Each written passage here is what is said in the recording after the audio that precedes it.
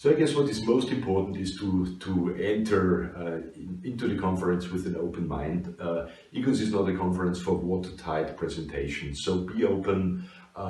You are kindly invited to present work in progress, be open and reflective on all the input and advice that you will get from your colleagues. Second, as you maybe know, it's an unwritten rule, or maybe meanwhile a written rule at EGOS, that you have to stay in your sub-theme. So you must not switch around like a hummingbird from one flower to the other, but you have to stay in your group. This has many advantages. Thirdly, enjoy the evening receptions, enjoy the EGOS party, enjoy the dinner, because you will meet many nice, wonderful, inspiring people there. Finally, be a good EGOS citizen and attend the General Assembly. So this is first and foremost my office, because I really enjoy this wonderful air conditioning of this building, which is not an air conditioning, but it's a green air conditioning, pumping cool water out of the ground and repumping it into the ground again. So it's really a pleasant climate on hot days. Beyond that, I enjoy some walks through the Grünen Prater, quite in the neighborhood, and some of the restaurants here, having a beer in the evening. Well, I guess there are way too many. So too many for a brief conference trip. So you have to stay at least a week or so. Of course, it's Belvedere and Schönbrunn and St. Stephen's and the tremendous architecture of the Red Vienna, of the municipal housing buildings. I would really recommend to take the tram D from Belvedere station to the last stop at Nussdorf. And this is a wonderful ride through all those architectural periods of Vienna around the Ringstraße and ending at the Schleuse in Nussdorf, which has been built by renowned Art Deco architect Otto Wagner, and you can end your trip with Grüne Veltliner at the Heurigen there. Yes, of course, this was in 2007 when we hosted the EGOS Colloquium for the first time. And this was a very stressful experience for us in the organizing team.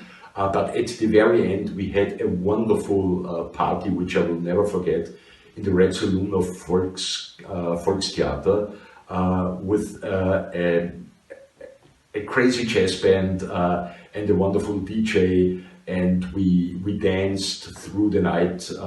So I cannot really remember the last day of this EGOS Colloquium. But the party was the greatest ever. I guess that EGOS has remained a mainly academic conference, which takes place at universities such as WU this year. And it is not an US-American style hotel-based conference. So we love these imperfections of university campus and premises as conference venues, because you learn much about the university itself and about the country of the university.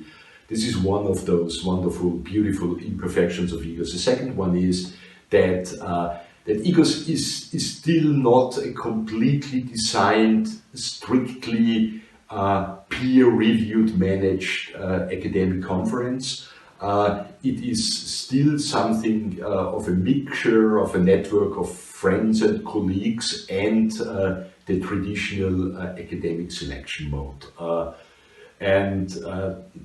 Finally, EGOS is on its way between a merely scholarly organization, a merely association of scholars, and a social movement. EGOS is vanguard when it comes to sustainability and to responsibility, and I guess this is unique, but makes EGOS in a way imperfect in itself. I guess there are many, and it depends a little bit on the dimension. When you think of architecture, so Vienna was heavily destroyed during World War II. So you will find a mix of old architecture and modern architecture. Some of those pieces of architecture not as beautiful and as unique at all, because it was built in the 1950s when cheap and fast building was essential. You will find this mix all through the city. So there is no kind of closed center of Vienna which only consists of medieval architecture, but you have pieces of medieval architecture, pieces of classicism, and so on. When it comes to the city as a social organization, when it comes to the urban system of Vienna, I really appreciate this mixture of being a social democratic ruled city, which has started in 1919 and was only interrupted by the Third Reich, where the Social Democratic Party has started with a strong socialist picture of a city, but has adapted to various trends and, for instance, has implemented new public management perfectly in the last 2 decades, but without privatizing anything. So Vienna, the city of Vienna, is still the owner of many of the facilities and of huge industries within Vienna.